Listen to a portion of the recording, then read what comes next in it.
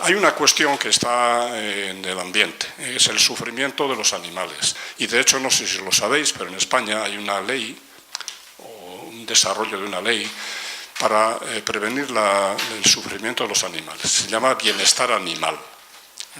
Y se refiere fundamentalmente a los animales que explotamos, las vacas, cerdos, etcétera, etcétera. ¿Los toros? ¿Perdón? ¿Los toros? No, tienen también explotación, pero bueno, ya sabe usted que quien hizo la ley hizo la trampa. Y entonces, precisamente para concienciar a la población acerca de que no basta una ley, ni 2, ni 3, ni 3.000, hay que cambiar la sociedad. Y lo que ocurre es que la sociedad no tiene mucha sensibilidad, por lo que los animales sufren. Que sientan o no sientan, esa es una discusión que ahora vamos a verlo, pero lo que es cierto es que los animales sufren de una forma inmoderada, de una forma inaceptable. Él nos va a hablar de las principales corrientes en ética. Va a hablar del cerebro animal también, las teorías sobre el origen de la sintiencia, de lo que se supone que sienten, su posible utilidad y relevancia moral. Relevancia moral para nosotros. Como seres morales no podemos tolerar, nos rebajaríamos a un nivel, digamos, de animalidad si no fuésemos, digamos, respetuosos con esos sentimientos y ese sufrimiento. Y después nos presentará diferentes argumentos en favor o en contra de la consideración moral de los animales. Manu Herrán es pensador y comunicador y es ingeniero informático y es investigador asociado a la Organización para la Prevención del Sufrimiento Intenso. Es creador de simulaciones de vida y autor de unos 100 ensayos, que es una cifra muy considerable. Ensayos de investigación en temas relacionados con la evolución, la cooperación, la conciencia, la sintiencia, la inteligencia, la muerte, la ética y otros temas.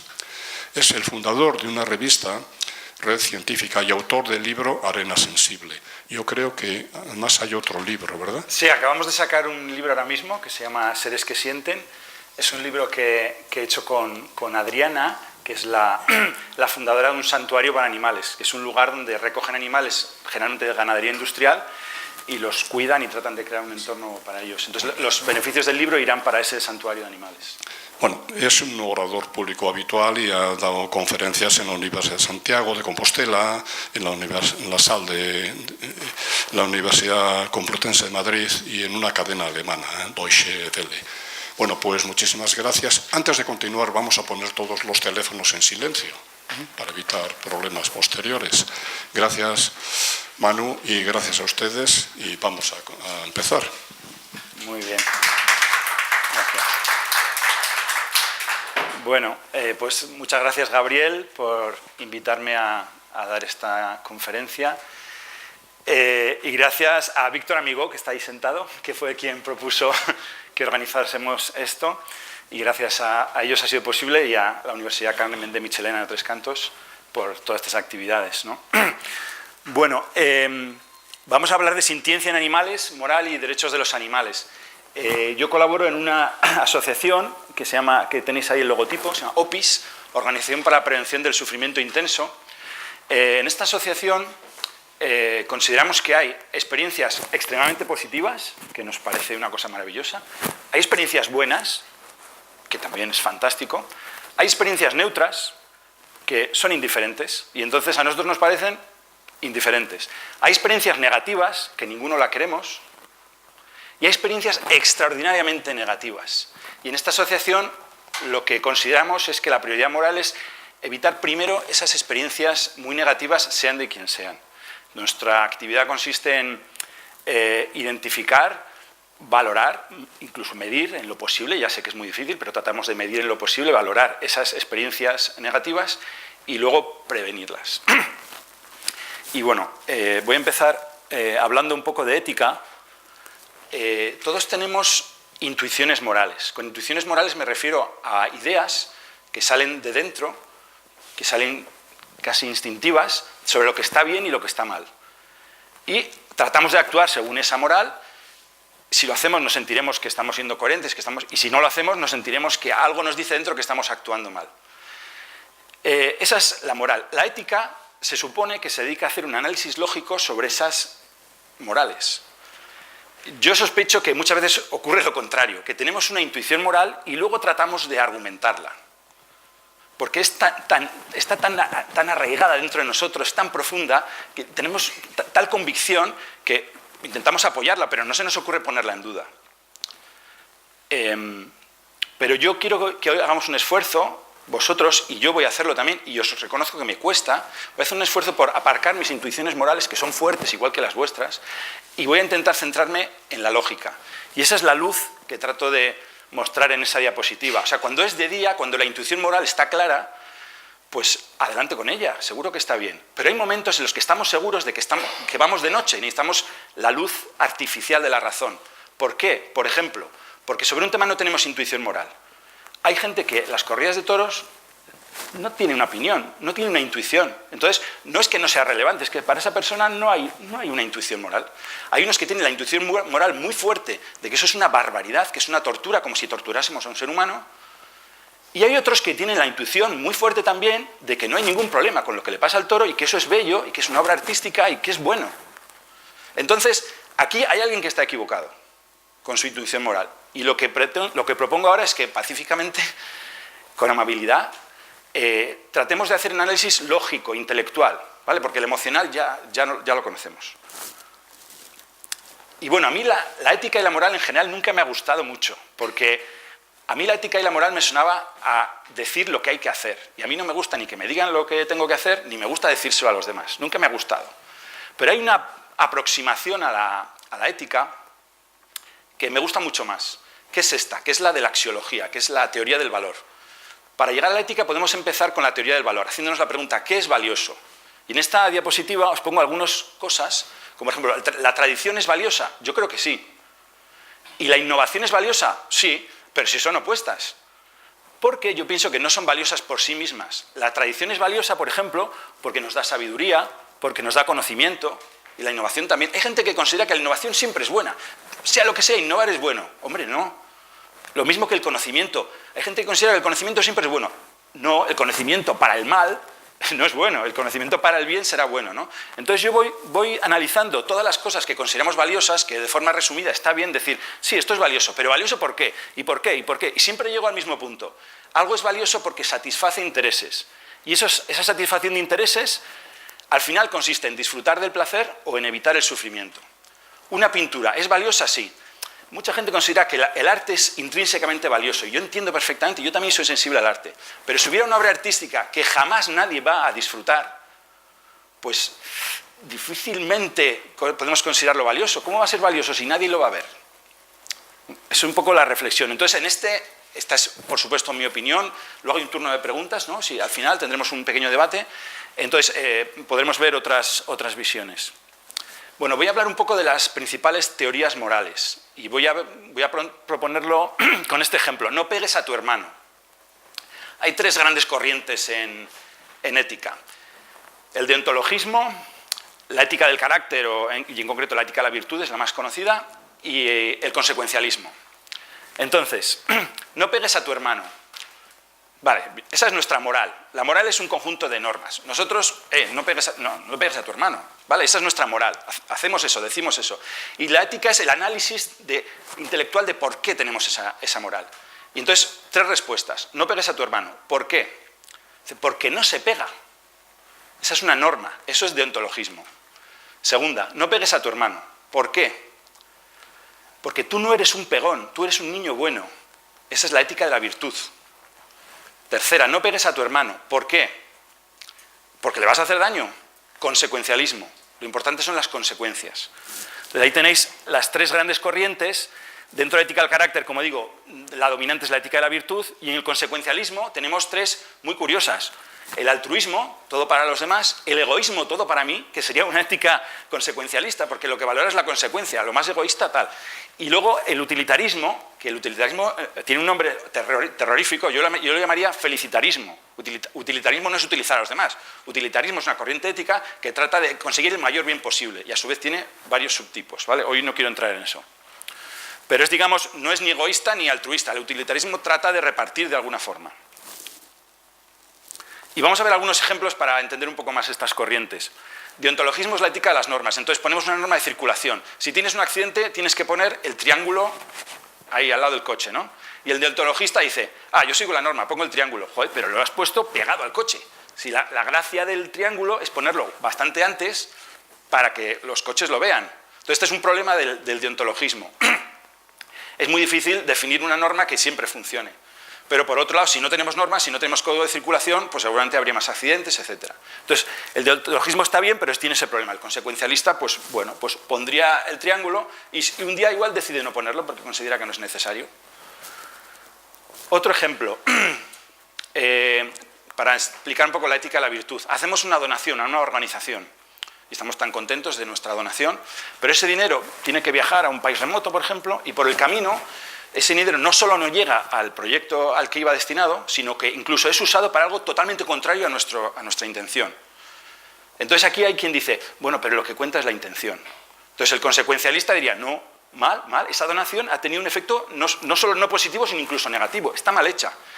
Ya, pero esta ética consecuencialista que yo defiendo mucho, también tiene un toque frío que no encaja muy bien con nuestra naturaleza, nuestras emociones. Entonces, si alguien hace una donación y tiene la mala suerte de que no llega, oye, pues está bien la frase, yo creo que está bien la frase. Oye, mira, lo que importa es la intención, que no es literalmente cierta.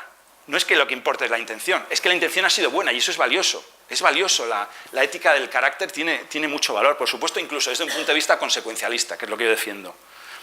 Otro ejemplo interesante para ética, ¿no? La diferencia entre igualdad y hay gente que lo llama justicia o equidad, ¿no? Tenemos 3 niños que quieren ver el partido, igualdad sería café para todos, ¿no? Les pongo un cajón a cada uno para que puedan ver el partido. Dice, hombre, sí, eso es igualdad, pero no tiene mucha lógica, ¿no? Mejor vamos a hacer esto. En vez de considerar por igual a los individuos, vamos a considerar por igual a los individuos según sus capacidades. Y al que es más alto no hace falta darle un cajón. Esto está bien. Bueno, pues voy a darle una vuelta más a esto. Igual consideración de individuos, pero según sus necesidades, según sus intereses. Y esto lo digo, todos los ejemplos que pongo, pensar en los animales, obviamente. Igual hay un niño que no quiere ver el partido, prefiere estar jugando con la tablet. Entonces, ¿a los animales hay que darles derecho a votar este domingo?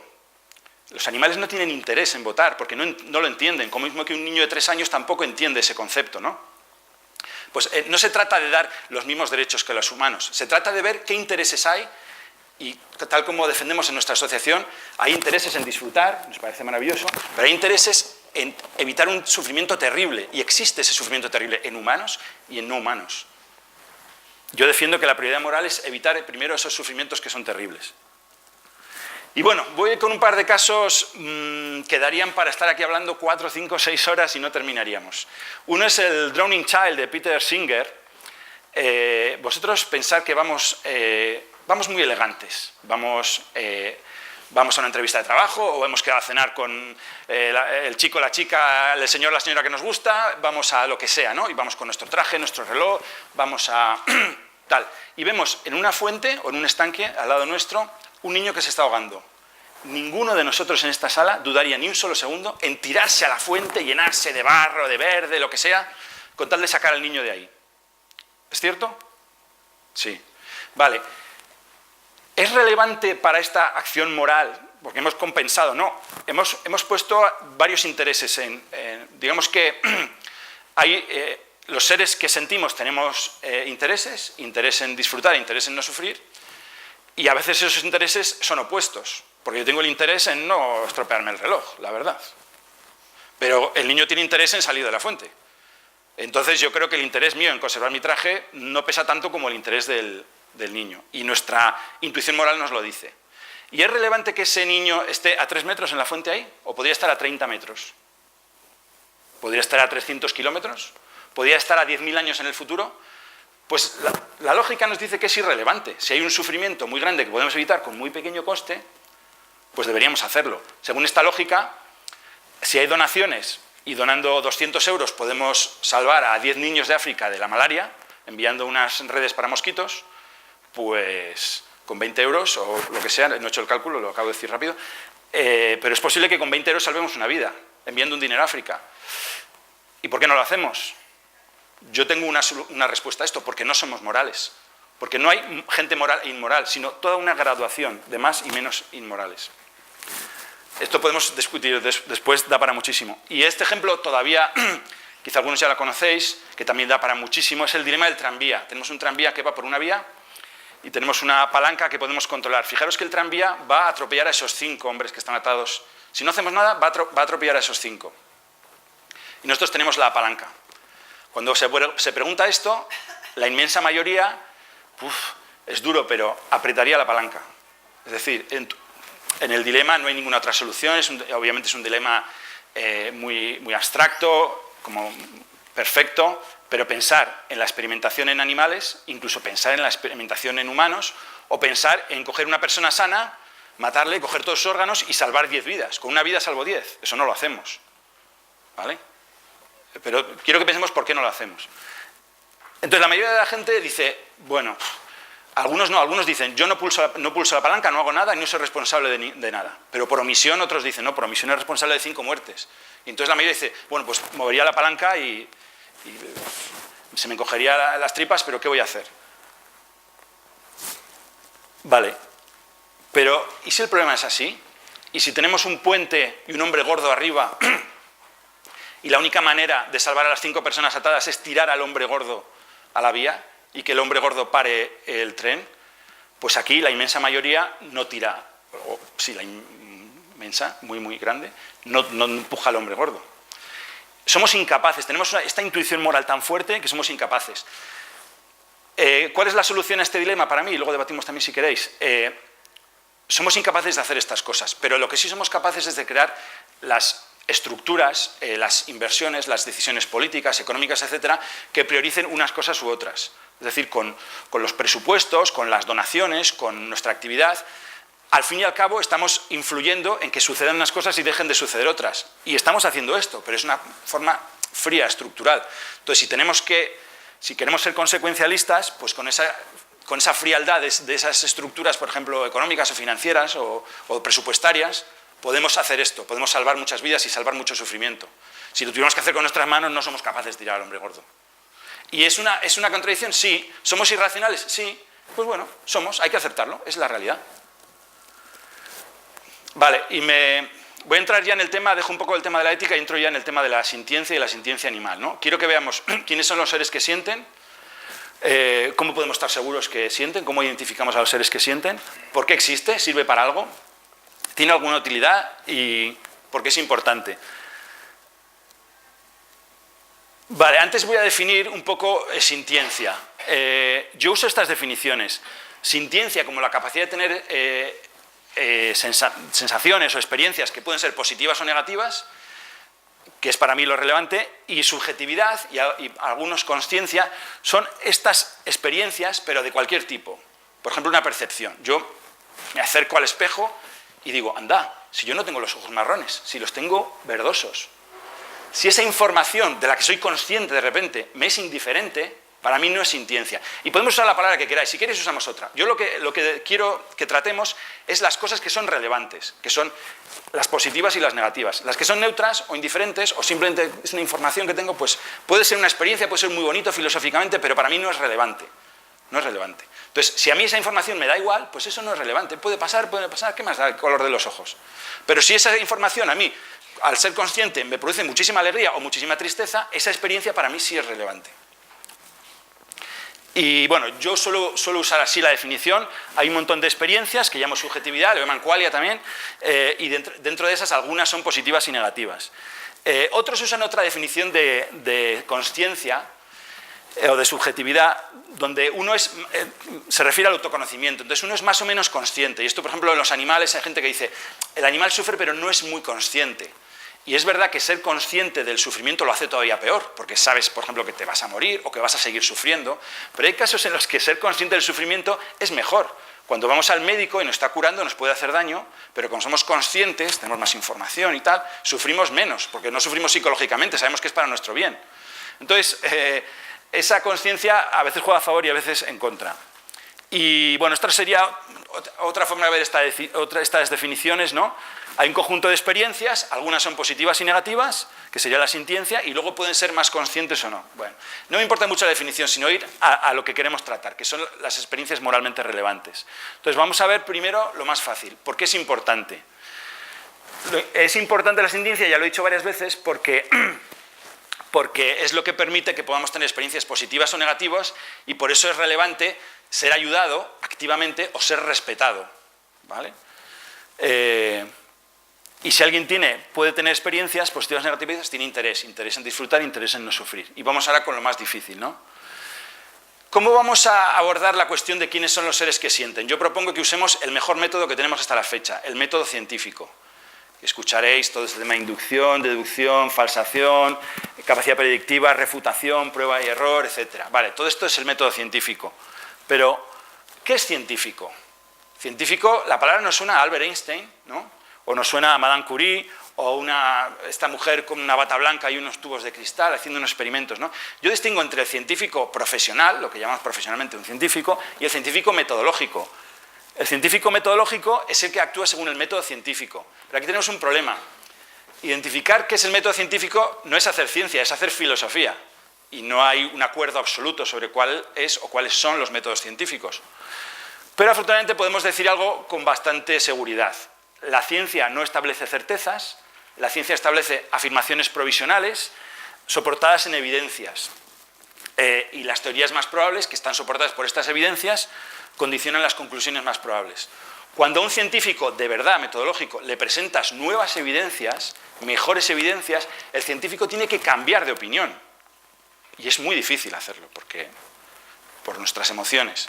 Pero tenemos que hacer ese esfuerzo. Y un buen científico dice una cosa y al cabo de unos años debería decir otra porque hay nuevas evidencias. Si los científicos nunca reconocen que se equivocaron, algo raro está pasando. ¿Vale? Otra forma de abordar esto del método científico, que lo quiero aplicar a reconocer la sintiencia en animales. Por reducción al absurdo, el método científico no puede ser mentir, no puede ser tener un favoritismo por unas teorías, por ejemplo las mías, mi teoría, y las otras no, las otras ni las escucho. Eso no puede ser científico. Y no puede ser ingenuo, creerme lo primero que me digan. Bueno, pues entonces yo considero que lo contrario es el fundamento del método científico, que soporta todo lo demás, la honestidad, la imparcialidad y el escepticismo. Pienso que esto es la base de todo el método científico. Y lo de arriba muchas veces va a ser muy difícil utilizarlo para identificar la sintiencia, pero podemos usar la base, ser honestos, imparciales y escépticos. Pero es muy difícil serlo. Y echar la vista atrás nos puede ayudar a darnos cuenta de lo muy equivocados que hemos estado. Aristóteles pensaba que el corazón era el órgano inteligente que controlaba todo el cuerpo. Y los embalsamadores egipcios retiraban el cerebro, que lo consideraban una masa gelatinosa, sin mucha importancia, y conservaban el corazón. Estaban equivocados. Galeno, que fue probablemente el médico más famoso de todos los tiempos, fue médico de gladiadores en Roma, y fue testigo de todo tipo de lesiones craneales, sin ninguna duda. Entonces desarrolló una teoría según la cual, dependiendo de la zona del cerebro donde tengas la lesión, pierdes pues, la capacidad motora, la capacidad de habla, la capacidad perceptiva, y efectivamente la vista está en la parte trasera del cerebro. Vamos a ver aquí tenéis una máquina fMRI de resonancia magnética funcional. Aquí metemos a una persona en esta máquina, le pedimos que haga unas actividades mentales y analizamos cómo las distintas áreas del cerebro se activan más o menos en función de lo que está haciendo. Por eso sabemos, por esto y por otras cosas, que la parte visual está aquí detrás. Pero, por ejemplo, Descartes, en el siglo XVI, pues consideraba que la glándula pituitaria, él pensaba que el cerebro era como las tuberías de las fuentes del Rey Sol. Y como la glándula pituitaria, que está en el centro y que es la única estructura que no está replicada, está en el centro y todo lo demás es simétrico en el cerebro, pues pensaba que era la entidad, como el dios Sol, pues que gobernaba todo, ¿no?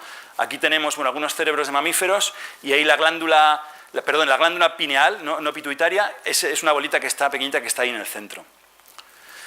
Descartes, se dice de Descartes que consideraba a los animales como máquinas insensibles. Otros investigadores opinan que no, y yo estoy de acuerdo con ellos. Descartes, lo que pasa es que tenía una terminología que en nuestro tiempo resulta un poco confusa. Él hablaba de un dualismo entre cuerpo y alma, que lo tenían los humanos. Yo creo que Descartes consideraba que tanto humanos como animales somos maquinarias, y creo que sí consideraba que los animales sufrían, pero al no tener alma, desde el punto de vista religioso, pues no tenían relevancia moral. En cualquier caso, Descartes practicaba la vivisección. Descartes practicaba la vivisección con animales vivos, y aquí tenéis a Galeno también, con un cerdo, y otros pues aprovechaban esto pues, para defender la idea de que los animales no sentían, aunque yo creo que el propio Descartes sí consideraba que sentían. Afortunadamente, los científicos modernos no piensan esto. Aquí tenéis a Javier de Felipe, que dio una conferencia aquí mismo, en Carmen de Michelena. Yo le estuve viendo aquí, y la vi luego en unas conferencias que dio que se llamaban Futuro Singular, poco después. Javier de Felipe aquí, de Tricantino, además. Sí. Y Javier de Felipe dijo, no recuerdo si fue aquí o en la otra, porque yo vi 2 charlas de él, dijo, Descartes estaba equivocado. Los animales no son máquinas, o si lo fueran, nosotros también lo seríamos. Esto es lo que piensan los científicos modernos. Algunos incluso, como Richard Dawkins, llegaron a decir que los animales podrían sentir incluso más que los humanos. Y luego veremos cómo en el ranking de número de neuronas, etcétera, nunca estamos en primera posición, estamos en segunda. Ya lo veremos. Y digamos que lo mismo que tenemos la Declaración Universal de los Derechos del Hombre, pues en Cambridge, en el 2012, se produjo algo parecido. Fue esta declaración en la que los científicos dijeron que de la ausencia del neocórtex, ahora vemos lo que es, no se deduce que un organismo no experimente estados afectivos. Dice, los humanos no somos los únicos en poseer las bases neurológicas que dan lugar a la conciencia. Usa la palabra conciencia, pero yo me refiero, y ellos se referían a la parte moralmente relevante, se refieren a las experiencias. O sea, yo diría sintiencia, pero es igual, nos entendemos. Los animales no humanos, incluyendo todos los mamíferos, sin duda, los pájaros, otras muchas criaturas, incluyendo los pulpos, poseen estos sustratos neurológicos que permiten la capacidad de sentir. Aquí tenéis un corte de un cerebro humano. La parte interior es la materia blanca y la parte exterior, que es la sustancia gris, que ahí sale como sepia o salmón. Esa es la corteza cerebral, que está arrugada en los mamíferos. En otras especies no está arrugada, en los mamíferos sí. Es curiosísimo esto, cómo ha conseguido la evolución.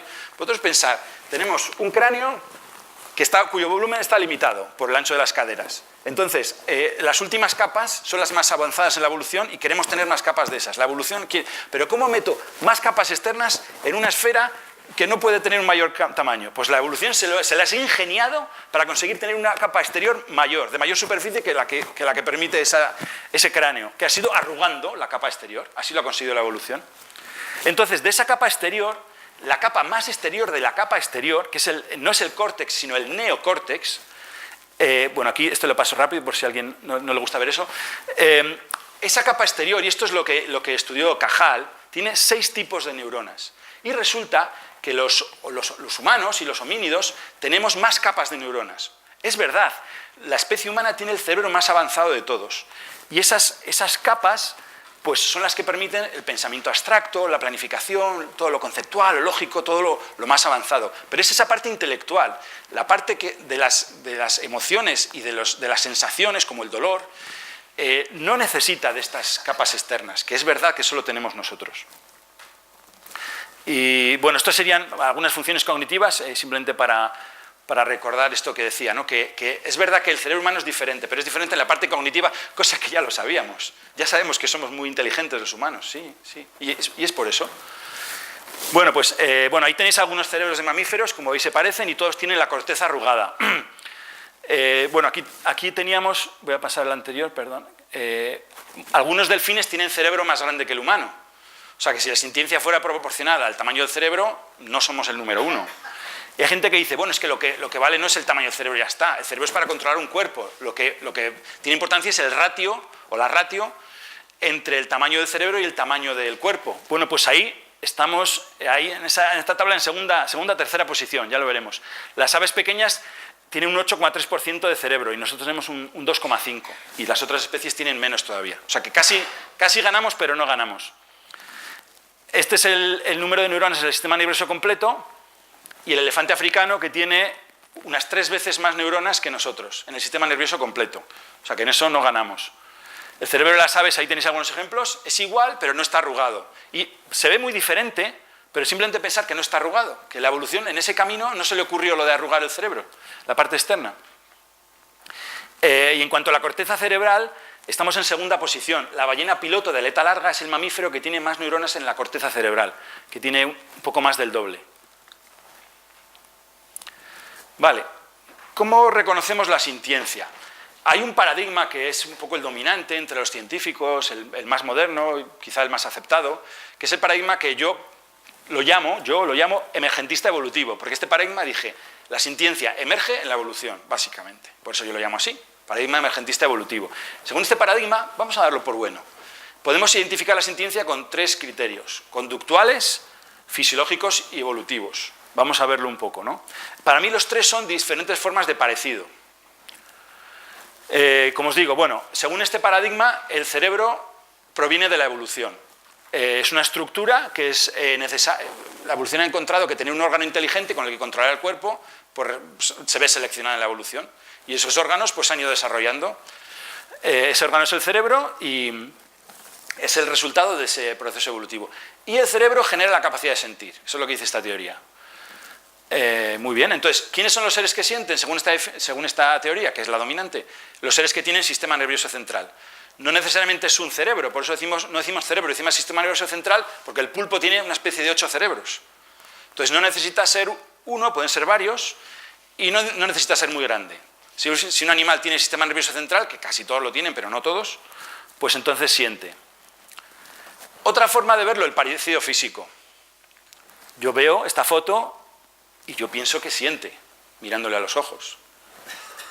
Otra forma que verlo, de detectar la sintiencia, el parecido comportamiento. O sea, yo veo que esa persona o ese mamífero no solo se comporta igual que yo, hace cosas igual que yo, es que reacciona igual que yo cuando está asustado, de forma muy parecida, por los gestos, por lo que sea, y lo hace frente a los mismos estímulos que yo, se asusta por las mismas cosas.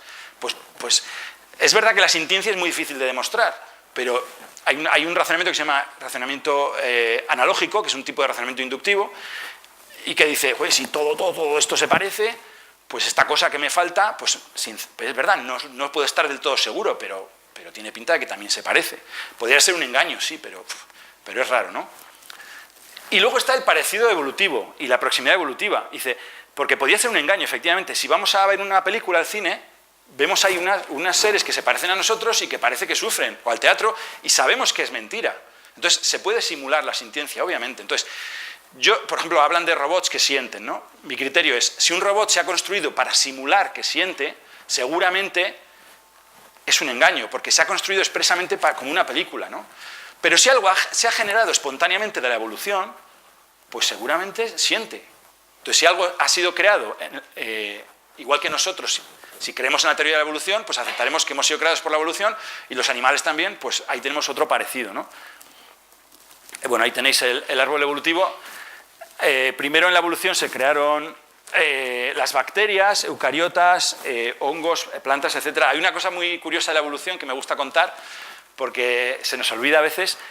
La vida se desarrolló, pensamos que en el mar, luego fue a la tierra, el desarrollo de los animales. Algunos adquirieron la capacidad de volar, que es asombroso. De ahí venimos nosotros, pero es que algunos de estos animales terrestres, mamíferos, volvieron al agua. Aquí tenéis alguna imagen de cómo pensamos que serían estos animales ya extinguidos.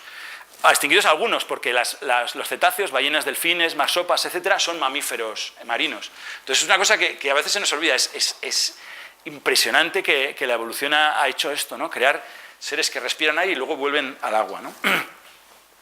Bien, para mí estos 3 criterios son formas de parecido. Como se parece a mí en el aspecto, como se parece a mí que está generado como yo, como se parece a mí en el comportamiento, digo, pues siente. Pero claro, me pregunto, ¿y si no hay parecido? Bueno, pues hay otro cuarto criterio, que sería el de la utilidad e incluso la inteligencia. Si pensamos que el cerebro es una máquina que ha generado la sintiencia, que se ha creado para tomar decisiones correctas o decisiones digamos, evolutivamente estables o seleccionadas evolutivamente, tenemos que pensar que esos sistemas inteligentes, pues hay una correlación entre inteligencia o capacidad de toma de decisiones evolutivas, porque claro, cuando decimos inteligencia ya nos vamos a, como yo tengo en la corteza cerebral esta capacidad de abstracción y tal, pero no es esta inteligencia, es la inteligencia evolutiva, es la capacidad de reproducirse, de sobrevivir, etc. La capacidad de tomar decisiones evolutivamente, ¿no? Entonces, este es el caso del pulpo. El pulpo no se parece mucho a nosotros, está más distante en el árbol evolutivo, no reconocemos en él. El otro día estaba viendo en internet un vídeo de un pulpo al que asaban vivo en una parrilla y le veían retorcerse y se lo estaban comiendo como si nada. Claro, era difícil ver en ese pulpo, el pulpo no gritaba, el pulpo no tenía 2 brazos, tenía 8, era muy difícil empatizar. Pero hay que dar este paso, que es más intelectual y es menos emocional, es más intelectual, de que el pulpo ha sido generado por la evolución igual que nosotros, es un animal muy inteligente, ya sabéis la noticia de este pulpo que se escapó de un laboratorio, etc. Y entonces de ahí debemos deducir que siente. Es más, si vinieran unos extraterrestres superinteligentes a la Tierra, pues podríamos pensar que son una especie de robots insensibles. Bueno, pero sería bastante plausible, lógico pensar que esos extraterrestres sienten también placer y dolor. ¿Vale? Pues y ni siquiera habrían evolucionado en el planeta Tierra, ¿no? Vale, aún así, 4 criterios, ya no tenemos 3, ya tenemos 4. Y si aún así no hay parecido, ¿qué es lo que pasa? Yo creo que lo que pasa es esto. El efecto de la farola encendida. Todos los criterios que hemos contado para reconocer la sintiencia se basan en el parecido a nosotros. Y esto es como el chiste del hombre este que pierde las llaves y las busca debajo de la farola. Y dice, ¿por qué buscas? ¿Dónde has perdido las llaves? Dice, allí. Dice, ¿por qué las buscas aquí? Dice, porque aquí hay más luz. Es un chiste malo. Lo que quiere decir esto es, el hombre no busca las llaves donde más probablemente estén las llaves. El hombre este del chiste busca las llaves donde más probablemente pueda encontrar las llaves. Entonces nosotros usamos el parecido porque es la forma en la que más probablemente podemos demostrar razonablemente la sintiencia. Pero eso no quiere decir lo contrario, no quiere decir que otras cosas no sean sintientes, simplemente no lo sabemos. Así es como creo que funciona este razonamiento. O sea, yo tengo 100% de evidencia de mi sintiencia, porque yo siento placer y dolor, y de otros humanos, pues quizá estoy viviendo en Matrix o estoy viviendo en el show de Truman, pero yo pienso que tú, que te pareces a mí muchísimo, sientes como yo. Entonces, 99, lo que queráis. En delfines, en ranas, incluso en hormigas. Pero ¿qué evidencias tengo de la no sintiencia? Yo creo que ninguna. Simplemente puede ser que sí, puede ser que no. Incluso en robots, en átomos, incluso... ¿Qué evidencia tenemos de que los átomos sienten? Ninguna. ¿Pero qué evidencia tenemos de que los átomos no sienten? Pues tampoco ninguna. No entendemos bien la sintiencia. Sabemos algo de la sintiencia, pero no entendemos y no tenemos una teoría tan buena. Si es el paradigma emergentista evolutivo, sí, pero hay más teorías. Ojo, según esa, los átomos no sienten, pero hay más teorías. Y yo pongo este ejemplo, a ver si con este os puedo convencer. Yo construyo casas de piedra. Los cerebros se construyen con neuronas naturales, biológicas, húmedas. Dice, sí, de la casa de piedra emerge la capacidad de ser refugio. Y no me mojo, ¿no? Cuando llueve no me mojo en la casa. Entonces, si quieres construir una casa, de piedra, todas de piedra, la de piedra. Pero de repente a alguien se le ocurre construir una casa de madera. Entonces, vaya, resulta que de la casa de madera también emerge la propiedad de ser recipiente, de ser refugio. Y lo mismo en este recipiente, ¿no? Tenemos recipientes naturales que por la lluvia, estas formas caprichosas y tal, de repente hay un recipiente ahí, tallado en la roca por la naturaleza. Entonces ahí emerge la propiedad de contener líquidos. Lo mismo, esto creo que era Marvin Minsky que lo ponía. Ponemos una cosa, otra, y ¡pum! De repente cuando hemos puesto 5, emerge la propiedad de que lo que metemos dentro no se cae. Es una propiedad emergente, como la sintiencia que se dice que es esta propiedad emergente. ¿Vale? Que siempre la sintiencia haya emergido de las neuronas naturales, biológicas, húmedas, no quiere decir que la sintiencia no pueda emerger o existir en otros contextos. Y este es un mapa, no da tiempo, así que está a la paso, pero este es un mapa de algunas teorías que explican o están relacionadas con la capacidad de sentir. Muy brevemente voy a avanzar 2. En la parte superior derecha, por ejemplo, Roger Penrose defiende que los microtúbulos en las neuronas con base cuántica son los responsables de la sintiencia. Pues puede ser, eso es lo que dice Roger Penrose. Mi amiga e investigadora Neil Watson, que también colabora con OPIS, está investigando maximización de entropía y bucles extraños. Pues puede ser. O sea, puede ser que haya algo material, una partícula, puede que sean las neuronas biológicas basadas en el carbono, húmedas, puede que sea unos patrones, frecuencias, vibraciones, dicen otros, puede que eso es lo que genera la sintiencia. Ese sería un paradigma que lo llamo tipo partícula. Y el otro paradigma, que es más popular, sería el de la emergencia, que emerge de la evolución.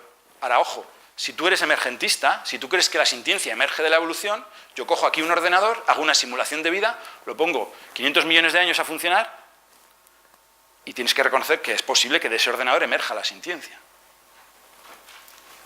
Y si eres de tipo partícula y si crees que la sintiencia emerge de los microtúbulos de las neuronas o de la maximización de entropía o de las neuronas naturales, deberías reconocer que un sustrato biológico manipulado, que se está haciendo, experimentar con tejidos cerebrales y tal, podría sentir, aunque no tenga ni ojos, ni patas, ni un tejido, podría sentir, si tú crees que la sintiencia viene de ahí. Entonces, bueno, animo a que podemos tener nuestra teoría, podemos o no, pero si la tenemos, pensemos en las conclusiones, ¿no? en la coherencia. Y bueno, vamos un poco al tema de dónde viene. ¿De dónde viene la sintiencia? Gabriel, indícame si empiezo a ir mal de tiempo. Vamos bien. Para explicar dónde viene la sintiencia voy a contar otra cosa, que es de dónde viene todo. Y bueno, una pequeña historia del universo. Voy a pasarla muy rápido, pero al principio supongamos que no había nada y luego vino el Big Bang, hace 13.800 millones de años, la materia explotó en expansión y se formó la Tierra hace 4.400 millones de años. Poco después de formarse la Tierra surgieron los primeros replicantes. Estos replicantes son unas cadenas, es una molécula larga, una cadena de átomos, que tiene la propiedad de emparejar en forma llave-cerradura, como si fuera un velcro, empareja materia de forma simétrica. Entonces, donde tendrías una cadena, ahora tienes dos. Y claro, esas dos, hay un momento en que por una reacción se comporta como una cremallera y se abre. Tenías una cadena, pega materia, se abre como una cremallera y ahora tienes dos cadenas. Vaya, cada una de esas dos a su vez puede pegar materia simétrica, como un velcro, se vuelve a abrir y ya tienes 4, 8, 16, etcétera, serie exponencial. Y esto es, bueno, esto es lo que parece que ocurrió en el mar, en el planeta Tierra. Y en esta evolución de estas cadenitas de partículas, llegó un momento en que empezaba a escasear esas partículas de materia, todo se reproducía y ya no había cómo encontrar la pareja, ¿no? Y entonces, ¿cómo consigues esa materia para encajar? Fijaros que voy a empezar a usar expresiones intencionales. Parece que la cadenita tiene la intención de coger esa materia y reproducirse. Es una forma de explicar, pero no hay intención, es pura física y química. ¿Cómo consigue ese hilo emparejar más materia? Pues robándosela a otros. Entonces, imaginemos que podían robarse la materia unos a otros. Y alguien, alguna de esas cadenas por casualidad, consiguió, primero quizá de forma rudimentaria, una especie de escudo y creó una capa protectora. Y esto es un salto muy grande que hago, pero esto sería la célula. Es decir, ya tenemos la información genética, pero recubierta de una membrana que nos protege. Y luego incluso estas células, que tenían la misma información genética, pues empiezan a cooperar entre sí. También es intencional, no hay nadie cooperando, es solo física y química. Pero estas estructuras, si hacían ciertas cosas, se reproducían más. Y si no las hacían, se reproducían menos. Con lo cual, las que se reproducían menos, pues tal, y las que se reproducían más, se extendían. La evolución. Estos seres pluricelulares desarrollaron motores, primero, hélices. ¿Por qué? Porque si estás en movimiento, es más fácil adquirir esa materia que necesitas para alimentarte, crecer o reproducirte. Y claro, estás en movimiento y hay cosas que te interesan, que son alimento, y cosas que no, que tienes que incluso salir corriendo. Entonces te interesa tener una forma de percibir, entonces puedes percibir fotones, que sería la vista, puedes percibir moléculas, que sería el olfato, y tomar decisiones. Y ahí es cuando surge el cerebro. Si puedes percibir cosas y tomar decisiones en función de lo que te encuentras, pues te reproducirás más. Y estos seres evolucionaron primero en el agua, luego en la tierra, luego en el aire, volvieron algunos al agua, como vimos, y ahora vivimos en un momento en el que hay una especie dominante, podrían haber sido 17, pero es una, la humana, que estamos dominando todo el planeta.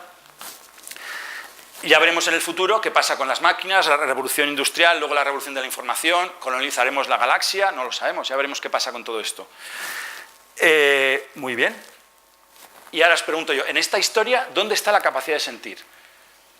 Es decir, tenemos una teoría de la evolución muy buena, que la he contado muy por encima y en fin, no ha sido muy precisa en algunos puntos, pero más o menos tenemos una idea de la teoría de la evolución. explica perfectamente nuestra existencia, nuestro comportamiento, explica perfectamente todas las plantas, todos los animales, por qué son como son, por qué ocupan un nicho, por qué se comportan de esa forma. Explica todo y la capacidad de sentir no ha surgido en ningún momento. No es necesaria la capacidad de sentir, según la teoría de la evolución. Se puede explicar todo lo que existe sin la capacidad de sentir. Ahora bien, sentimos, es un hecho. Entonces, ¿por qué sentimos? Bien, pues aquí hay básicamente, o sea, hay varias opciones, pero voy a hablar de dos alternativas: la utilidad y la inevitabilidad. Lo más intuitivo es que la sintiencia es útil, porque pensamos, vamos a ver, yo me hago daño y ya no vuelvo a hacer eso, o algo es placentero, pues lo repito. Entonces parece que la sintiencia nos motiva a actuar de determinada forma. Eso es lo intuitivo, ¿vale? Eso sería la utilidad de la sintiencia. Y luego está la inevitabilidad, que esto Harari lo cuenta en su libro Homo Deus, y pone este ejemplo, ¿no? A ver si va a ser que la sintiencia es como el ruido de un avión, que los aviones no vuelan con el ruido, pero somos incapaces de fabricar aviones sin ruido. Entonces, quizá la evolución ha creado cerebros para tener éxito evolutivamente, y al hacerlo, como un subproducto, como una cosa secundaria que no pretendía, ha generado la capacidad de sentir. Y ahora diréis, pero aquí algo no me cuadra. Es que es muy intuitivo, o sea, yo experimento cosas y eso me motiva a hacer o dejar de hacer, ¿no? Vale, es muy intuitivo. Pues ahora os voy a dar una explicación de algo que deja de ser intuitivo. Si la sintiencia es útil, fijaros lo que voy a decir, si la sintiencia es útil, es lo mismo que decir que a veces la materia no se comporta según las leyes de la física. Porque lo que estamos diciendo es que en el mundo material, de las partículas que he explicado antes, hay una configuración, que es la del cerebro, que cuando está en cierto estado produce una experiencia. En el plano de las experiencias, el dolor o el placer no es algo físico, es una experiencia subjetiva, no es una cosa material, es una experiencia. Y lo que estamos diciendo, si es útil, es que esa experiencia que se ha generado, según la paradigma emergentista evolutiva, se ha generado de la materia, vuelve a afectar al mundo material. O sea, algo sube y luego baja. Estamos diciendo que la experiencia afecta a lo material. Si decimos que la experiencia afecta a lo material, es que las partículas materiales están afectadas por algo que no es material. Es decir, que las partículas están afectadas por algo, o sea, no siguen las leyes de la física, es lo que digo. Aquí lo trato un poco de representar.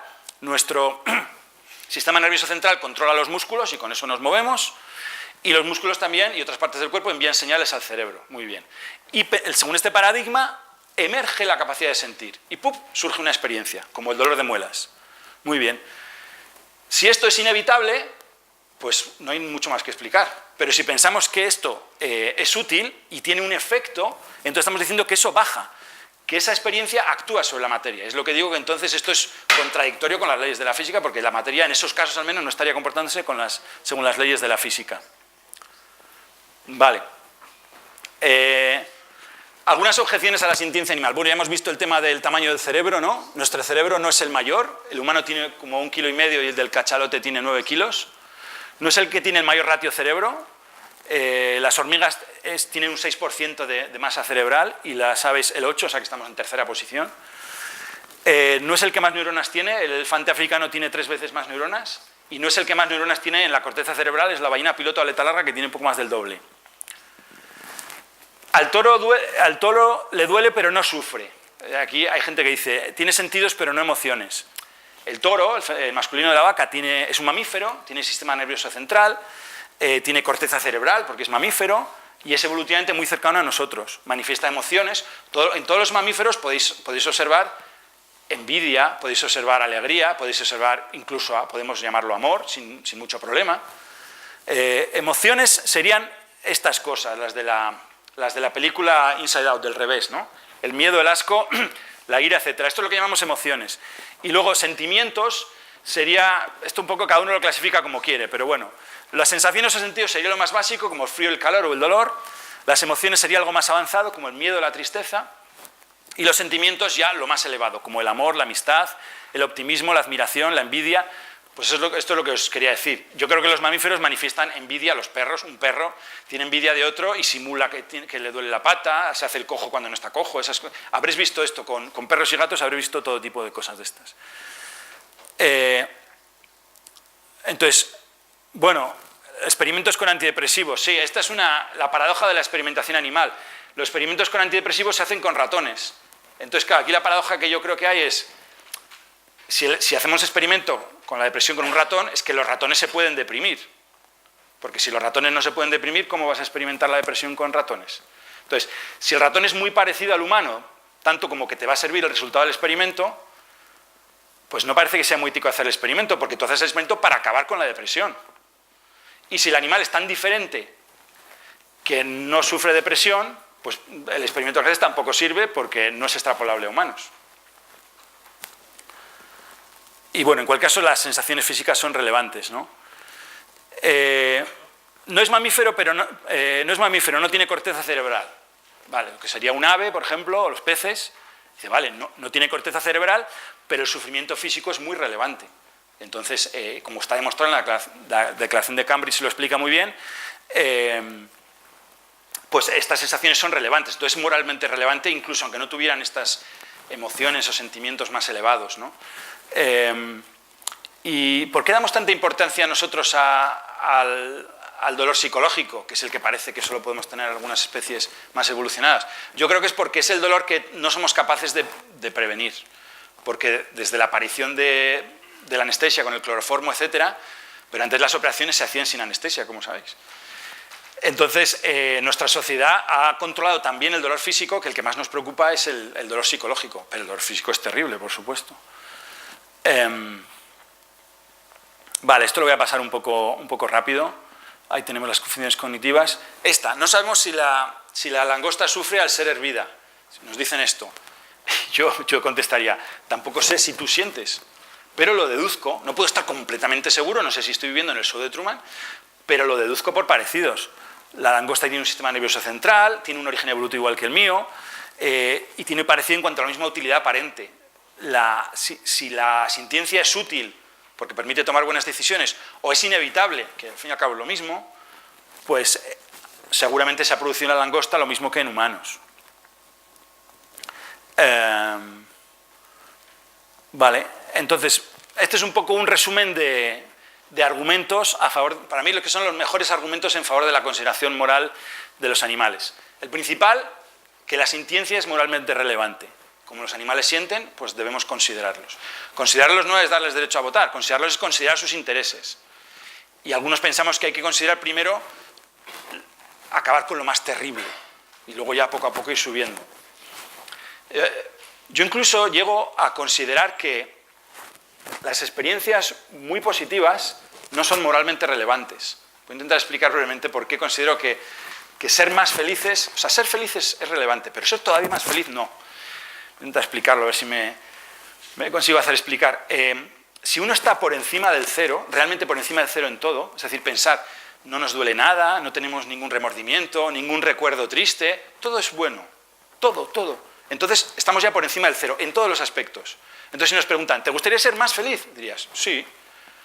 Pues venga. Dice, vale, pero si no eres más feliz no te importa. Porque si de verdad te importa ser más feliz, tendrías frustración. Que quiero ser más feliz y no puedo. No. Todo nos parece bien. Entonces, si estás por encima del cero, cosa que seguramente nunca hemos estado, pero podemos imaginarlo, seguir aumentando la felicidad yo creo que es bueno.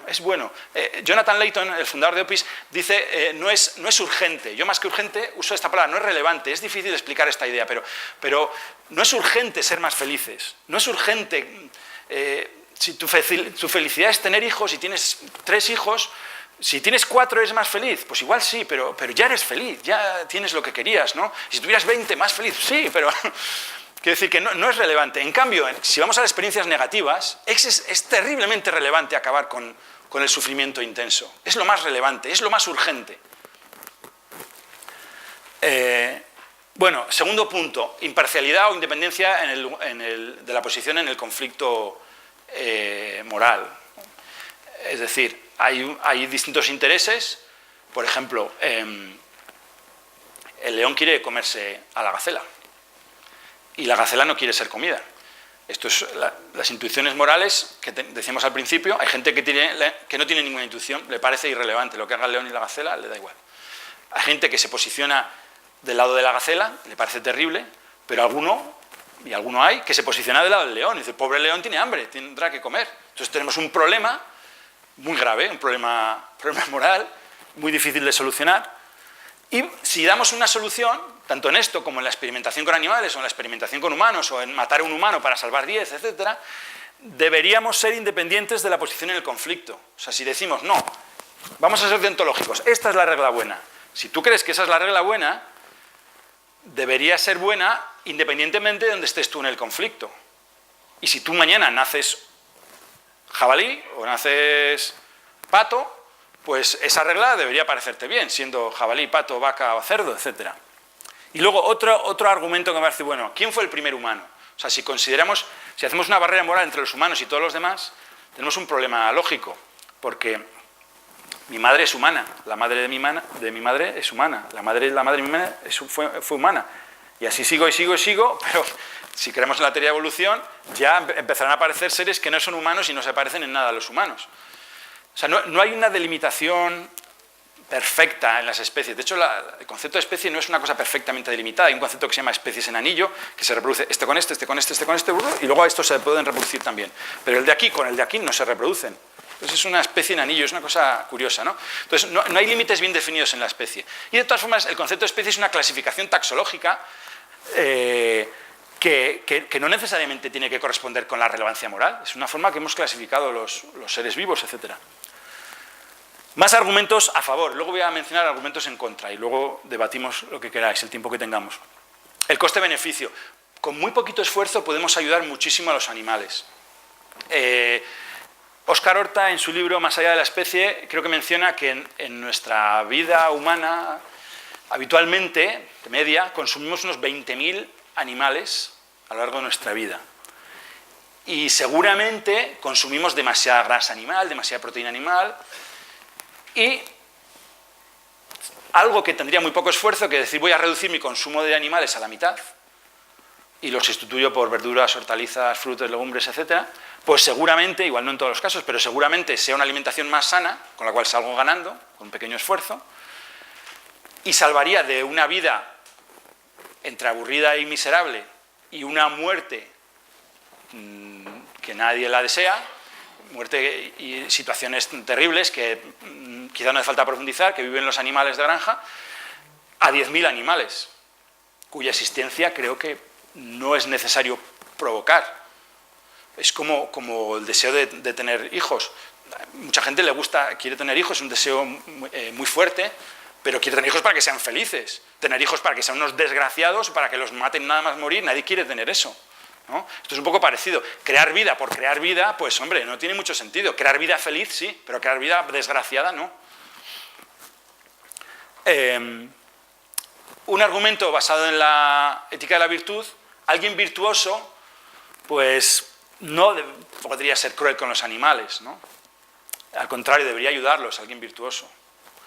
En todas las religiones encontramos casos significativos de personas muy reconocidas, como San Francisco de Asís, que cuidaban a los animales, ¿no? Hay gente que dice los animales son diferentes y la diversidad es buena. Y hay gente que dice los animales están vivos y la vida tiene valor intrínseco. Yo al principio os he dado una pista de lo que opino de eso, pero bueno, aquí estoy dando argumentos en general. Más argumentos. Ahora argumentos en contra.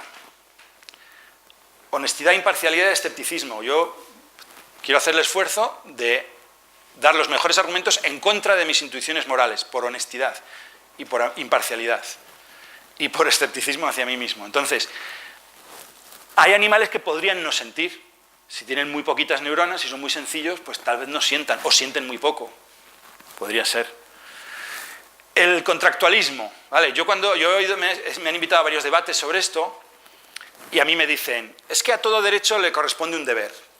Y yo contesto, sí, si decimos que tenemos derecho a una vivienda, alguien tendrá que pagar esa vivienda para el que no la tiene. En ese sentido, sí. Pero si tú dices que yo tengo un derecho, porque yo tengo un deber, en mi caso, pues como pago impuestos, se produce, pero no se produce en general. Los bebés humanos y las personas humanas con deterioro cognitivo tienen derechos, pero no tienen deberes, porque sabemos que difícilmente pueden responder a esas obligaciones, y no les exigimos esas obligaciones. Entonces, no es verdad que para cada persona, cada derecho corresponde a un deber. Y ahí gano la argumentación, y ahí se paran. Pero me voy a poner en su bando y voy a seguir. Ya, pero podrían haberme dicho ellos en el debate. Es que es como si se firmara un contrato en el que estadísticamente tú vas a tener unos derechos por tener unos deberes. Y entonces tú, por el hecho de nacer humano, participas de un contrato que, por otro lado, yo no he firmado, a mí nadie me ha preguntado si quiero este contrato. Pero se asume entre humanos que nos protegemos, Declaración Universal de los Derechos Humanos. Y ese contrato nos da unos derechos que valen muchísimo a cambio de unos deberes que valen poco. Si encuentro un accidentado en la carretera, tengo deber de intentar socorrerle, por lo menos llamar a los servicios de emergencia, etc. Es un deber. Lo bueno es que tengo el derecho de que lo van a hacer por mí. Y este sería un argumento, pienso que es bueno, que defiende que entre humanos hay este contrato. ¿Vale? Para mí esto es un ejemplo de ética del egoísmo, porque es un contrato que hacemos egoístamente, según este argumento. Y yo la verdad es que es muy difícil argumentar en contra del egoísmo, me parece una teoría moral muy sólida, la verdad, pero no es la que defiendo yo. Luego, otro argumento, los humanos somos moralmente relevantes, eso es cierto. Con lo cual, si evitamos considerar a los animales, tendremos más recursos para considerar a los humanos. Este argumento es tan débil que lo respondo. Lo mismo podemos decir de los norteamericanos. Los norteamericanos humanos son moralmente relevantes y entonces todo lo que no sea norteamericano no lo consideramos y pues, claro, se podría aplicar a cualquier subgrupo, ¿no?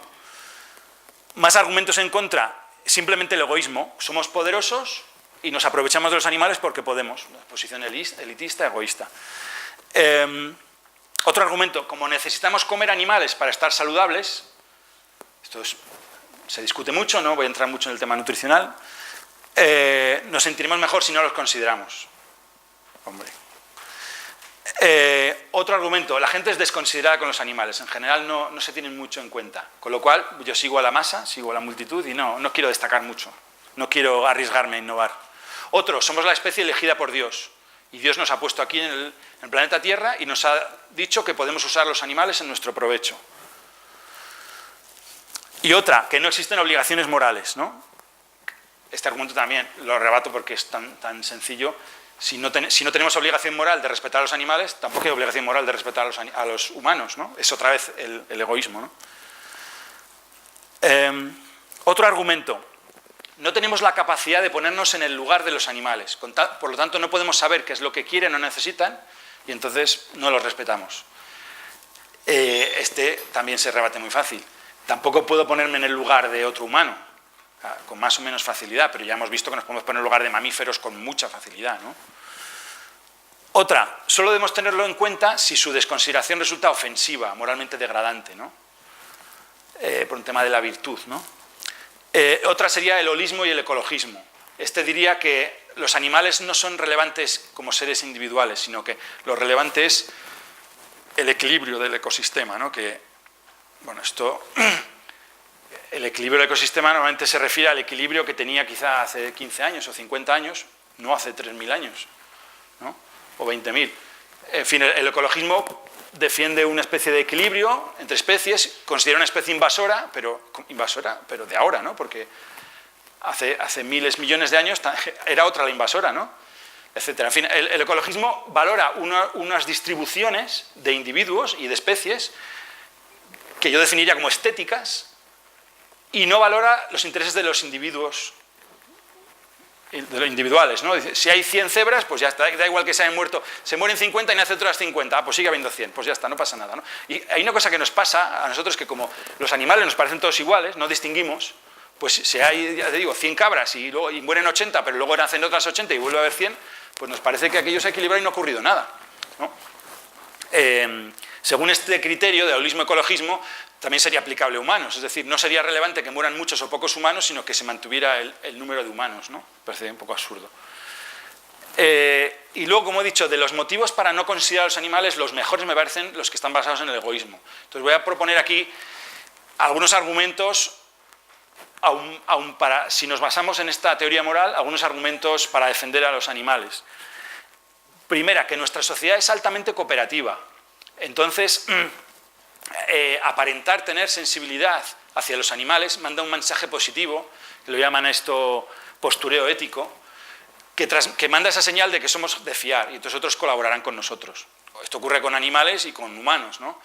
Y la forma más fácil de parecer virtuoso, de parecer sensible, es serlo, es lo más fácil.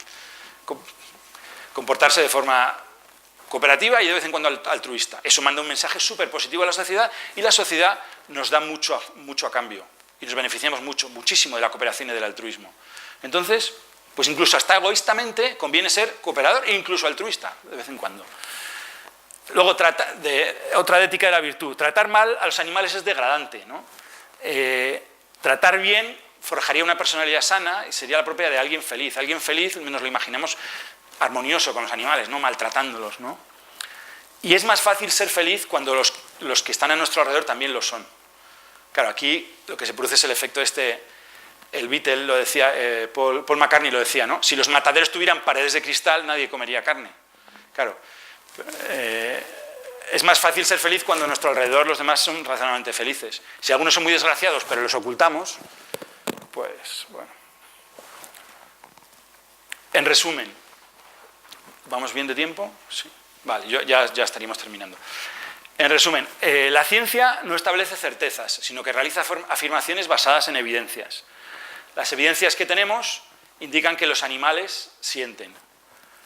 Sensaciones, emociones y sentimientos no son exclusivos de los seres humanos. Tal vez los sentimientos sean exclusivos de mamíferos y vertebrados, es verdad, pero el dolor, o requieran de cierto número de neuronas, etc. Pero todos los animales con sistema nervioso central, prácticamente todos, sienten, experimentan sensaciones o sentidos, entre ellos el dolor, y esto es muy relevante, ¿no? Según el paradigma emergentista evolutivo, la sintiencia es útil, ha sido generada por la evolución, y es útil o es inevitable, que al fin y al cabo es un poco lo mismo, porque ahí está asociada al desarrollo de los cerebros, de los sistemas nerviosos centrales, y la reconocemos en otros mediante el parecido físico, exterior y en la constitución interna, mediante el parecido comportamiento, mediante la proximidad evolutiva, y mediante la inteligencia asociada a la capacidad de tener éxito en la evolución, no la inteligencia de hacer una tesis doctoral. ¿Creéis que alguien súper inteligente que os gana al ajedrez a todos siente más frío y dolor que yo, que soy muy malo al ajedrez? No tiene ningún sentido. Sabemos que la capacidad de sentir no tiene nada que ver con las capacidades intelectuales superiores, como ser muy bueno al ajedrez o hacer una tesis doctoral sobre física cuántica. No es eso. La capacidad de sufrir no está ahí. No está en el neocórtex. De la ausencia de neocórtex no se deduce la ausencia de estados afectivos. Esas áreas del cerebro que nos distinguen de los animales no son las que producen unos dicen sintiencia, otros conciencia, pero sufrimiento, que es para mí lo moralmente relevante. El elefante africano tiene 3 veces más neuronas que nosotros en el sistema nervioso completo. La ballena piloto de la targa tiene el doble de neuronas en la corteza cerebral. Sensaciones, emociones y sentimientos no son exclusivos de los seres humanos, como hemos dicho.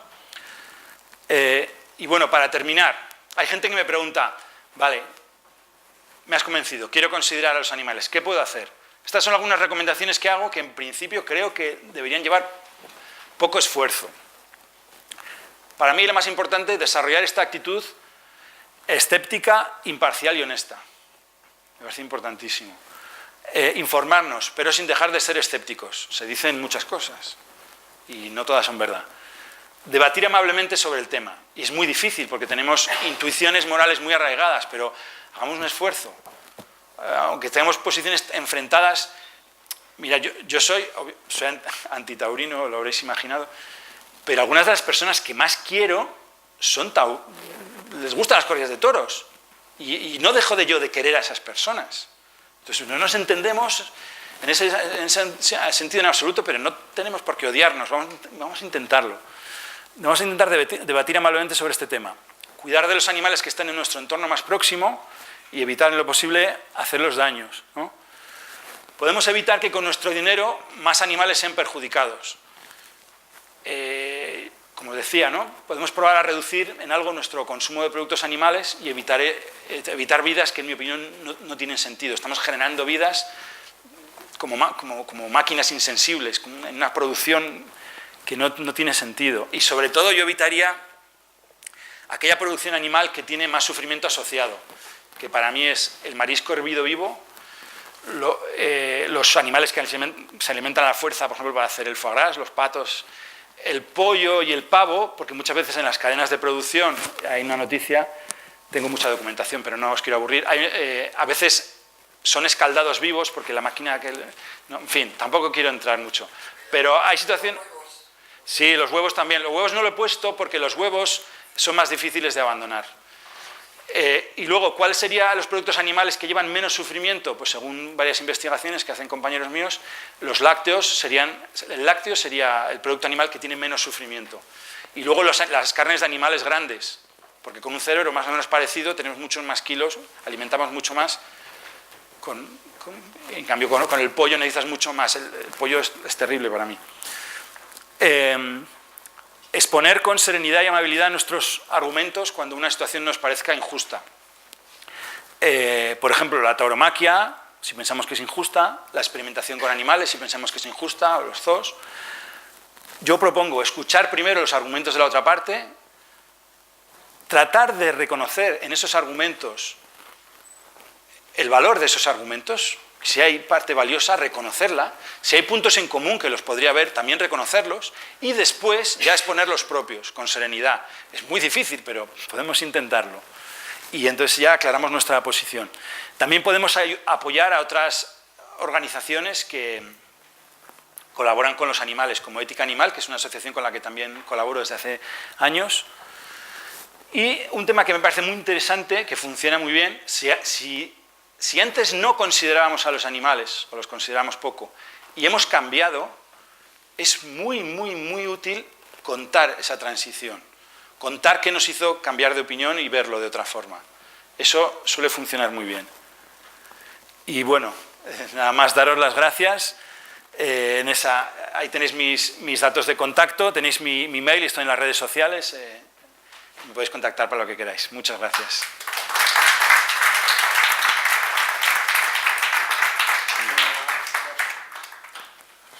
Turno de preguntas y si queréis aclarar ideas o hacer alguna intervención, ¿verdad?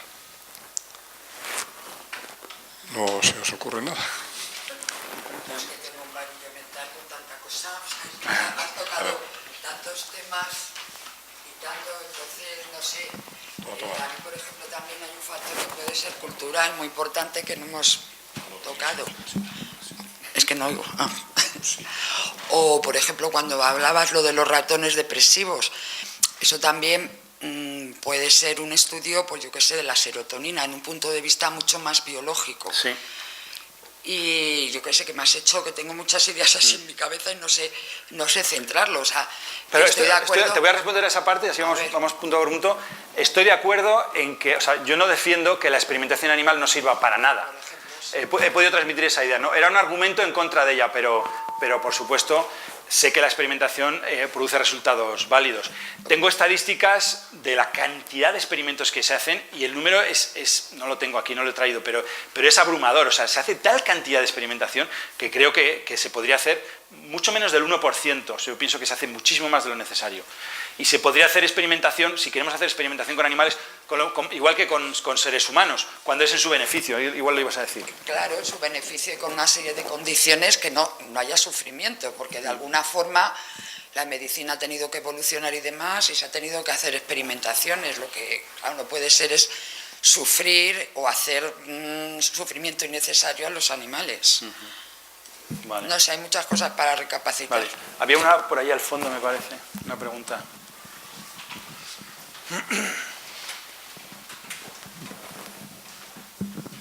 Hola, buenas tardes, muchas gracias. Yo quería preguntar en relación a la evolución en cuanto al análisis del comportamiento del cerebro en humanos. Ahí continuamente estamos viendo grandes avances que permiten identificar qué partes del cerebro sirven para una cosa, qué partes sirven para otra, pero como has puesto ahí también, online, produciendo, digamos, buscando buscando cuál es la reacción del cerebro Sí, con el frente fMRI. a sentimientos, pero yo creo que también frente al dolor, ¿no? No es posible identificar en los animales el mismo tipo de reacciones con el mismo tipo de instrumentación, con no sé, equipos de resonancia o con no sé con Ya. qué clase de equipos, identificar la reacción en el cerebro del animal frente a estímulos externos que pueden ser pues también de cariño o pueden ser de miedo o pueden ser incluso de dolor físico. Es muy interesante esa línea de investigación. Yo creo que la respuesta es sí y no. Un dato que puedo dar, pero que no está muy actualizado: las áreas del cerebro que se activan con el dolor son las mismas que las que se activan con el placer. Se ha comprobado eso. Entonces, y luego, por otro lado, los cerebros de otras especies animales pueden ser muy diferentes. Entonces, sí, en parte sí creo que estas técnicas de resonancia magnética funcional van a servir para identificar el sufrimiento, pero es difícil, pero bueno, yo creo que se ha avanzado mucho y se avanzará mucho más. Sí, es una línea muy interesante. Bueno,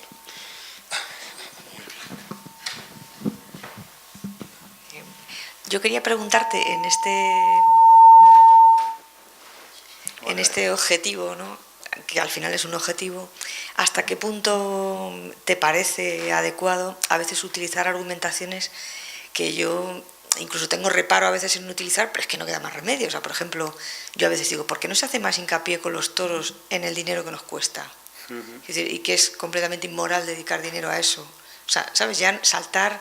Claro, es algo aberrante, ¿no? Es como con una persona que está sufriendo decir, te sale más caro, ¿no? Pero una batería de argumentaciones a veces adaptadas al tipo de persona o tipo de colectivo que tienes delante, hasta que llegues a esto, que a mí me parece casi un nivel superior de inteligencia, ¿no? Digo, es que a veces hasta llegar a esto, ¿sabes? Por ejemplo, con los animales de granja, pues resulta que tomas antibióticos y a lo mejor le da igual que si fuera el pollo, pero resulta que si él se toma el antibiótico... Entonces, a veces yo digo, es que a lo mejor habría que... ¿no? Tienes toda la razón. Yo soy muy consecuencialista, entonces yo trabajo con muchas organizaciones de defensa animal y sé qué es lo que mejor funciona y no es esto. Lo que mejor funciona es decir que si dejas de consumir animales vas a tener un cuerpo estupendo, vas a estar guapísima y puede ser verdad. Y hay muchos argumentos, el de la salud, o estos que dices, argumentos pues, basados en que estamos financiando, como tal. Y eso va a funcionar mejor que estos, estoy de acuerdo. Entonces, desde un punto de vista consecuencialista, sería mejor que me centrara en eso. Yo me he especializado en esto, pues bueno, porque me ha surgido así y digamos, ocupo mi nicho. Pero sí soy consciente que este nicho, si el objetivo es conseguir que más gente tenga consideración moral por los animales, hay otras cosas más efectivas como la que has comentado que me encantan. Y sí se sufren los animales, porque yo he visto a toros mugir de dolor. Sí. Y he deseado que todos los que se divierten con ese sufrimiento les pase a ellos. Y el que quiera toros que ponga a su padre con un sombrero y lo acordan, que le pongan en la plaza y que sufre como un animal. Yo no quiero carne. Es terrible, sí. Bueno, y encima les cortan las cuerdas vocales, para que no mujan. Pero yo les he visto entonces, y unos chorros, unos surtidores de sangre que sales vomitando. Fui por curiosidad porque me regalaron unas entradas, pero maldije aquel día porque no lo he borrado. Ya han pasado 50 años. Y la gente aplaudiendo aquel sufrimiento del animal. Y cómo mugía. Y luego me enteré de que les cortaban. Así que no pueden. Y a los caballos también les cortan. Sí. Cuerdas. Sí, es terrible. Muchos no lo saben.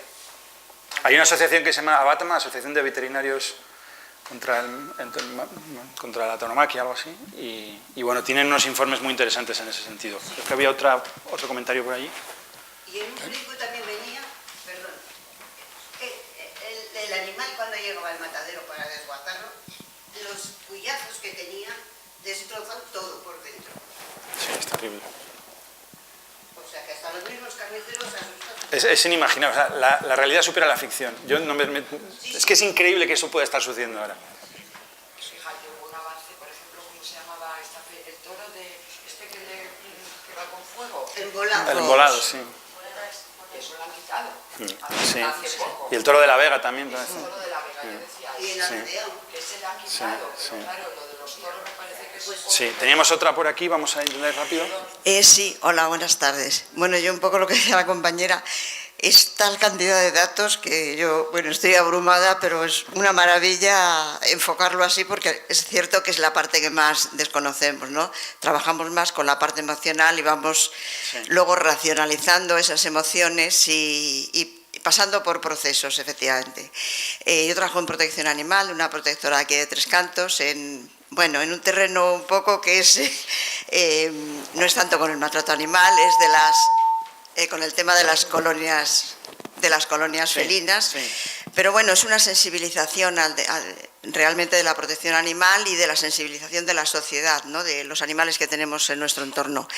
Entonces, es verdad que lo que decía la compañera anterior, yo diferenciaría dos criterios, los que son más inmediatos, efectivamente, cuando tú hablas yo creo que no sé, cuando hablas económicamente hablas de dinero, de presupuesto y de lo que cuesta y las subvenciones, es un impacto inmediato, y luego está el impacto a largo plazo, el de la sensibilización, el de la mentalización. Por ejemplo, nosotros damos cursos, damos talleres en los colegios con los niños y hay un ejercicio que me lo ha recordado mucho, que tú has expuesto ahora, es uno de abre los ojos, me recordaba el de la llave, cuando lo busca en la luz. Efectivamente, como cuando damos ese paso de ser conscientes en algo, da lo mismo, por ejemplo, comer carne o sensibilizarnos con otros animales, como efectivamente también produce un efecto multiplicador de lo que tenemos a nuestro alrededor de lo que vamos transmitiendo, ¿no? Entonces, a mí me parece muy importante y fundamental, pero también que vayamos teniendo los conocimientos científicos que tú nos has dado ahora, que no siempre los tenemos, pero que también son argumentos que tenemos que utilizar. Y luego una parte también que es muy visual y que estoy de acuerdo en lo que dices es cuando vemos en los animales, cuando convivimos con los animales, cómo tienen los mismos efectos.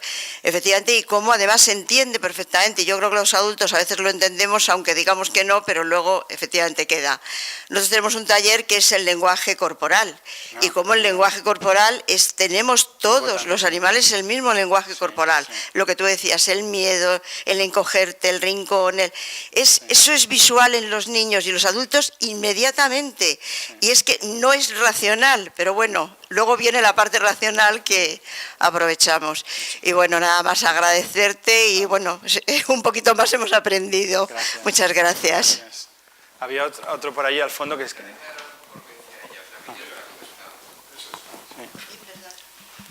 Sí, bueno, yo solamente un par de cosas. Por un lado, en el tema, podríamos decir, de intentar convencer gente, es interesante saber que hay muchos mitos sobre la salud. Uno es el mito de que, bueno, que si no se es omnívoro, pues se tiene un problema, o si no se toma carne, se tiene un problema, o si no se toma lácteos, se tiene un problema. Bueno, ahí yo creo que lo más fácil es ir a gente que tenga realmente autoridad, que sean realmente especialistas de renombre, no invocar un gurú hindú y tal, porque claro, los hindúes tal. De todas formas, bueno, cuidado, si los hindúes realmente tuvieron un problema con su tipo de alimentación, en la que toman lácteos, pero no toman ningún tipo de carne, pescado ni huevos, pues estaríamos hablando que aquello sería una hecatombe. Claro. Y evidentemente hay hindúes que se ponen malos, pero porque son pobres, que es muy diferente a alimentarse mal, ¿no?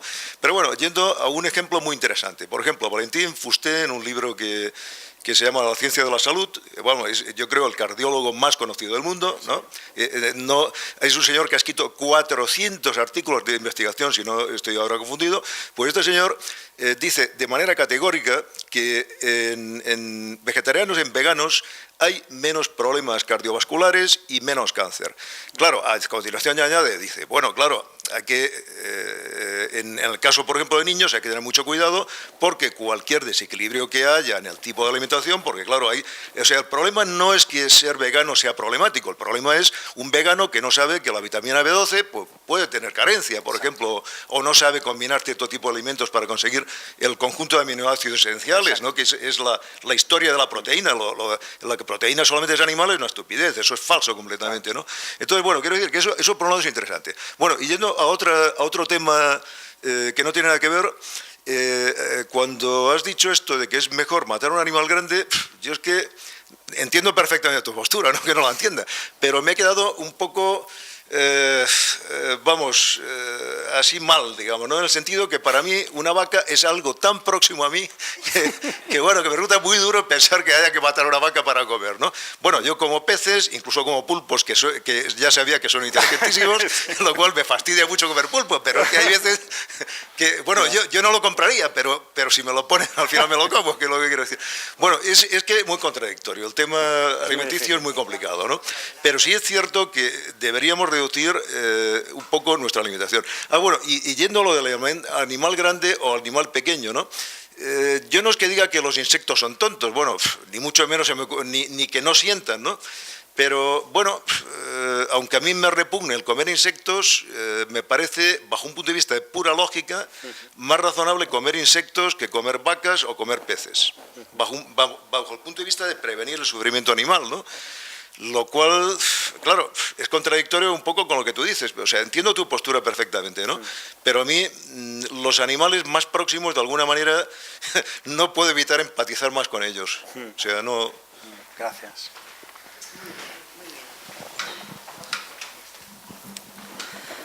Buenas tardes y muchas gracias por la exposición. Yo quería preguntarte, has hablado del Tratado de Cambridge, la Declaración de Cambridge, sí. Y entonces yo quería saber que hay muchas prácticas que hacen las personas en la cocina y en muchos sitios donde se consumen animales vivos, o sea, se utilizan animales vivos para hacer un plato, aunque al final te lo comes muerto, porque se cocina.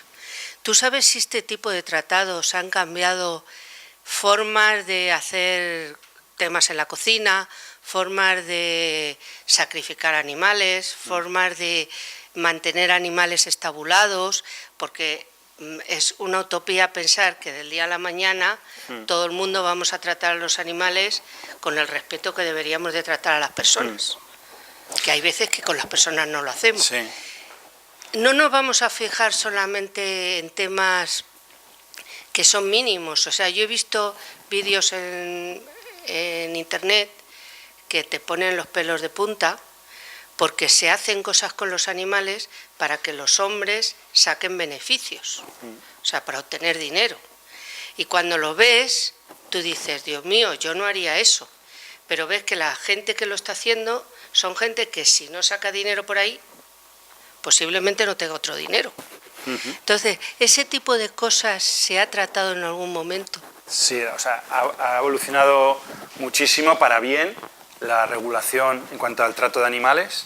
Yo la que he consultado es la regulación europea, a la que más he accedido. Y esta regulación dice que hay que evitar todo sufrimiento innecesario, tanto en el transporte como en el sacrificio y también en el día a día. Luego pone la excepción de ritos religiosos o tradiciones como la tauromaquia, lo pone literalmente, algo así.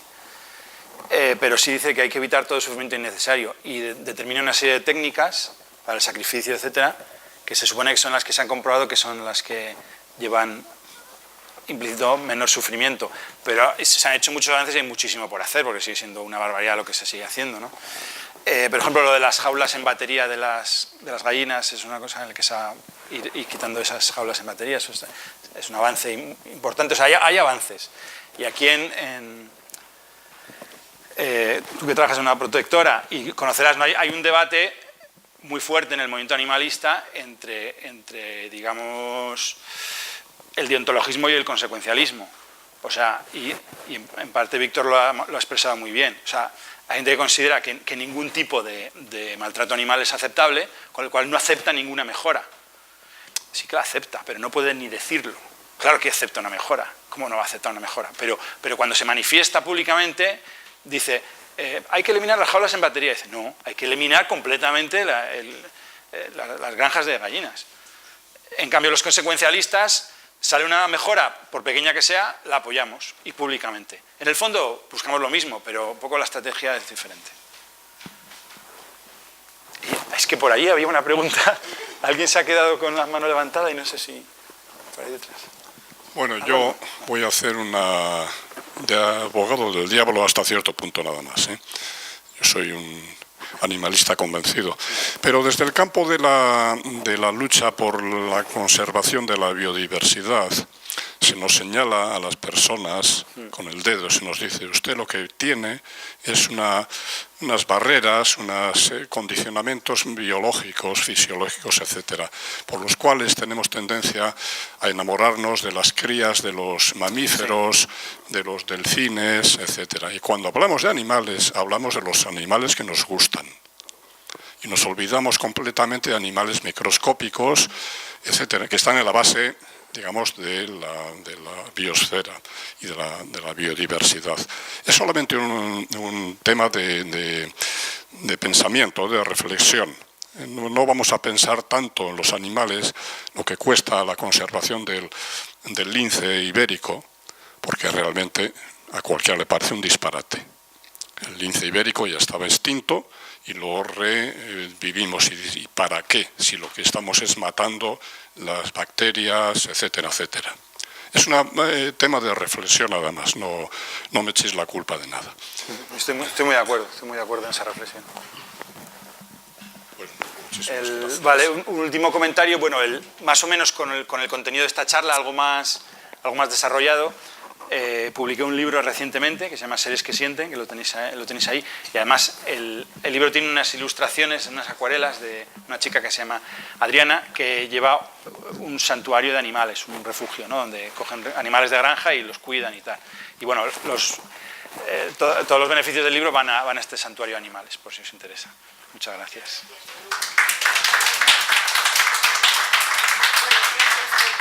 Uy.